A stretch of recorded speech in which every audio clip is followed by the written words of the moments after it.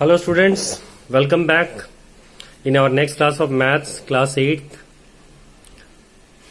Last time हम लोगों ने आपको रैशनल नंबर का चैप्टर फिनिश कराया था और एक्सरसाइज वाइज एक एक क्वेश्चन बताया था कि कैसे बनाना है सारे एक्सरसाइज का।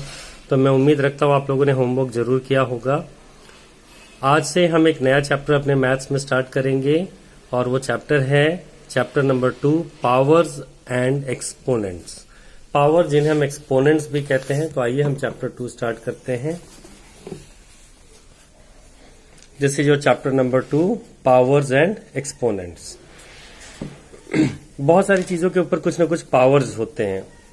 जैसे अगर हम लिखते हैं x के ऊपर पावर 5, तो ये जो 5 है इसी को हम कहते हैं पावर, या इसी का दूसरा नाम है एक्सपोनेंट्स। ऐसा नहीं कि ये दोनों अलग अलग चीज है, पावर्स और एक्सपोनेंट्स दोनों सेम होते हैं। तो इनके क्वेश्चंस को बनाने के लिए कुछ खास लॉज, कुछ खास फॉर्मूले की जरूरत पड़ेगी आपको। वैसे मैंने पिछले कुछ पार्ट्स में आपको इनके फॉर्मूले के बारे में भी बताया था। आइए हम फिर से देख लेते हैं कि इनका फॉर्मूला क्या होगा। आपको इन फॉर्मूले को अपने माइंड में मेमोराइज करना होगा और उस पर क्वेश्चन बनेंगे।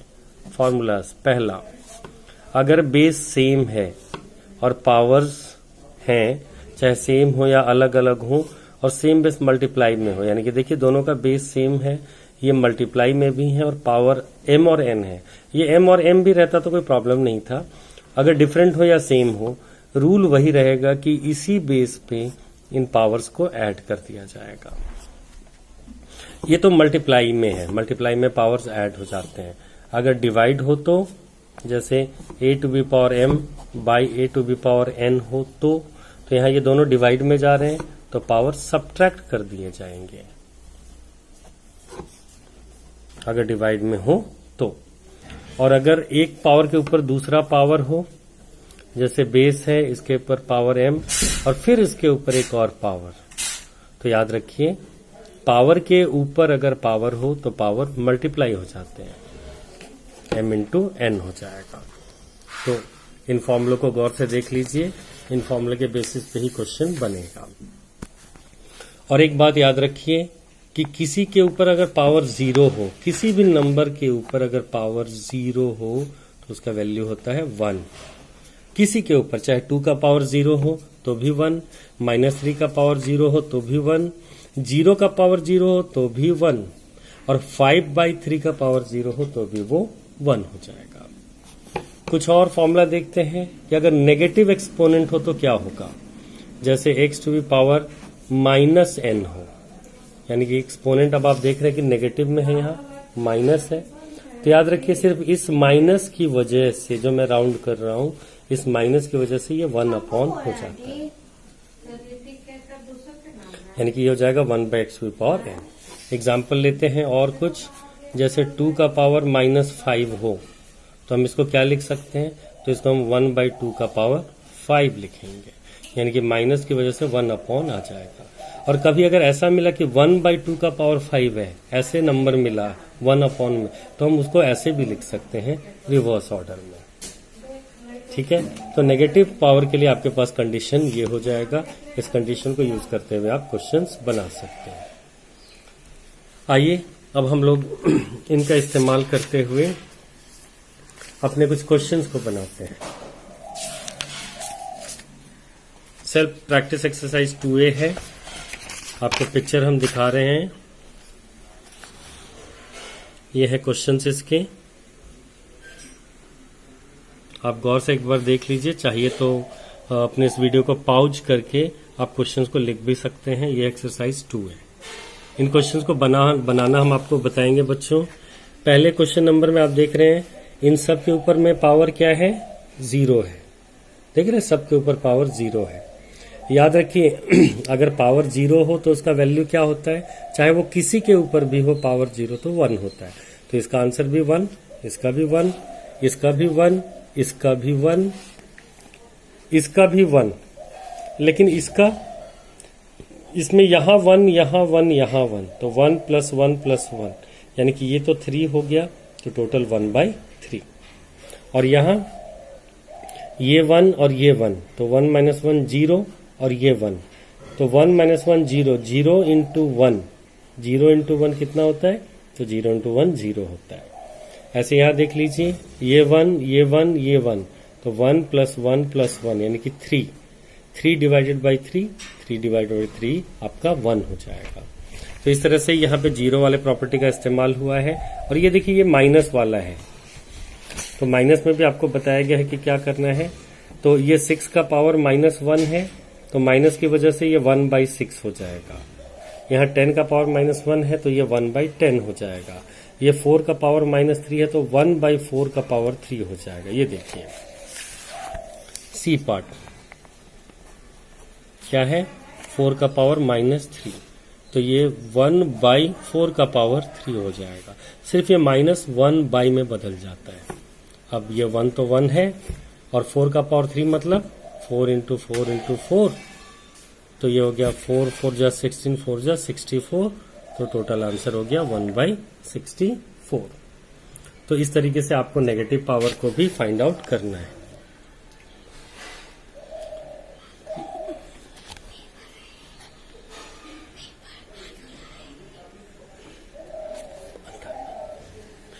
आप और क्वेश्चंस को देख पा रहे हैं।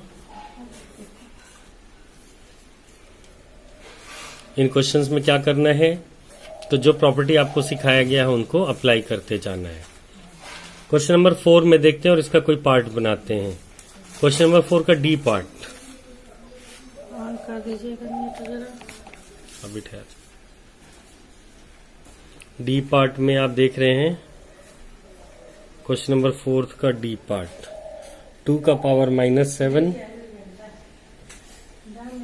इंटू ब्रैकेट 2 का पावर -3, फिर उसके पावर -4। ये क्वेश्चन है आपका, ये रहा आपके पास में कॉपी में लिखा हुआ आ गया, 2 का पावर -7 इंटू 2 का पावर -3 फिर -4। तो ये हो जाता है 2 का पावर -7 इंटू, यहां देखिए बच्चों, जब पावर के ऊपर पावर हो तो मैंने कहा है कि पावर आपस में मल्टीप्लाई हो जाता है।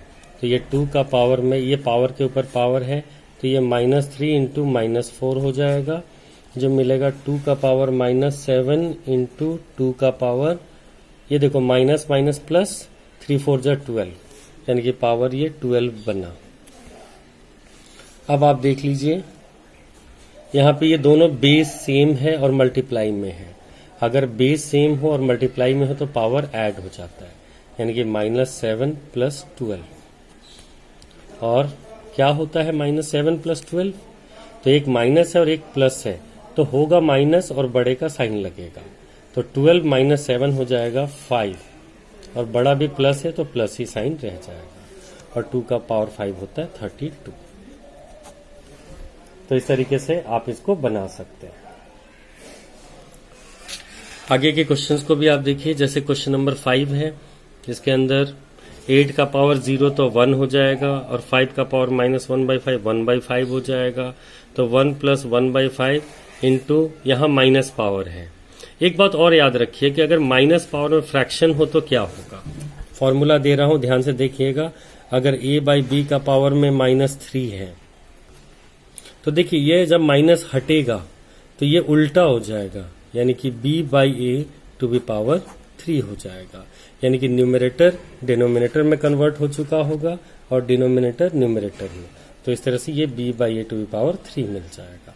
तो याद रखिएगा, जब भी रेशनल नंबर हो, फ्रैक्शन हो, पावर माइनस हो, तो वो रेसिप्रोकेट कर जाता है, उलट जाता है।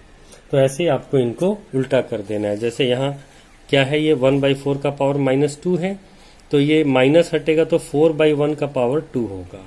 यहाँ 1/3 का पावर -2 है, तो माइनस हटेगा तो सिर्फ 3 रह जाएगा, ये सिर्फ 6 रह जाएगा, यानी कि 6/1 हो जाएगा पावर 2। माइनस हटा और ये चेंज हुए, तो इनको आप चेंज करते जाइए और चेंज करके इनका वैल्यू फाइंड आउट करते जाइए। क्वेश्चन नंबर 6 का एक पार्ट करते हैं, मान लो बी पार्ट करते हैं। देखें क्या होने जा रहा है इसमें। क्वेश्चन नंबर 6 के बी पार्ट में आपके सामने में है क्वेश्चन नंबर 6 का बी पार्ट, अभी स्क्रीन पे 6 का बी पार्ट देखिए। क्वेश्चन है 6 के बी पार्ट में, ब्रैकेट के अंदर 11/12 टू दी पावर -10 और ये डिवाइड है बच्चों, डिवाइडेड बाय 11/12 का पावर -12 इंटू 123/121। ये देखिए मैंने इस क्वेश्चन को यहां लिख दिया आपके पास। 11/12 का पावर -10 डिवाइडेड बाय 11/12 का पावर -12 इंटू 1 का पावर 23/121। तो अब देखिए हम इसमें क्या करेंगे। पहले तो ये देख लीजिए कि ये बेस सेम है, ये और ये दोनों सेम है। अगर बेस सेम हो और डिवाइड हो तो पावर माइनस होता है। तो ये देखिए ये क्या बन जाएगा, 11/10 बन जाएगा और पावर घटेगा, यानी कि -10 से माइनस हो जाएगा -12। जो भी दिया हो वो माइनस होगा। तो -10 और -12 दिया था, हमने उनको घटा दिया। इनटू अब ये मिक्स फ्रैक्शन है तो 121 1 जा 121, उसमें 23 जोड़ देना है। तो ये टोटल आ जाएगा आपके पास में 3 + 1 4 2 + 2 4 144 डिवाइडेड बाई 121। आइए देखें क्या बनने जा रहा है ये। ये बन गया 11/10, तो -10 + 12 इंटू 144/121। तो -10 + 12 इज 2, तो 11/10 का पावर 2 इंटू 144/121। अच्छा देखिए 11 का स्क्वायर करते हैं तो 121 मिलता है और 10 का स्क्वायर करते हैं तो 100 मिलता है, यानी कि ये 2 पावर इन दोनों पे चढ़ गया इंटू 144/121। 121 से 121 कैंसिल, आंसर इज 144/100, यानी कि 1.44। इस तरह से ये बन जाता है। अगर हम क्वेश्चन नंबर 7 का बात करें, ये देखिए question number 7, find the value of m for which 7 का पावर 2m डिवाइडेड बाय 7 का power -4 is equal to 7 to the power -6। तो बच्चों फिर आप देख रहे हैं ये डिवाइड है, और डिवाइड के केस में हमें क्या करना है। अगर ये डिवाइड हो तो क्या करना है, आपको पता है कि अगर बेस सेम हो और डिवाइड में जा रहा हो तो पावर माइनस होते हैं, यानी कि एक ही बेस पे पावर सब्ट्रैक्ट हो जाएगा। तो यहां से 2m -4 देख रहे हैं, एक का पावर 2m था, एक का पावर -4 था, हमने दोनों को घटा दिया। 2m -4 इज इक्वल टू यहाँ क्या है, 7 का पावर -6। तो देखिए ये क्या बना, ये बना 7 माइनस माइनस प्लस होता है, आप सब जानते हैं। तो 2m + 4 इज इक्वल टू 7 का पावर -6। अब दोनों का बेस सेम है तो हम दोनों का बेस कैंसिल कर देंगे, तो ये पावर भी दोनों का अब सेम होगा, क्योंकि नंबर सेम है और बेस सेम तो पावर भी सेम होना चाहिए। अलग हुआ तो फिर तो वैल्यू अलग हो जाएगा। तो 2m + 4 इज इक्वल टू -6। अब हमें 2m निकालना है, तो 2m इज इक्वल टू -6 तो था ही उधर, ये +4 उधर जाकर -4 बन गया। तो -6 - 4 इज -10। तो m इज इक्वल टू क्या मिल रहा है, -10/2 और 2 5 जा 10, तो m का वैल्यू फाइनली निकल गया है -5। तो इस तरीके से आपको एक्सरसाइज 2A के वैल्यूज मिल चुके हैं जो आपको बनाने हैं। आप इन क्वेश्चंस को मैं फोटो खींचकर ग्रुप में भी दे दूंगा, आप इनके क्वेश्चन आंसर्स को प्रैक्टिस करेंगे, ये आपका होमवर्क होगा। तो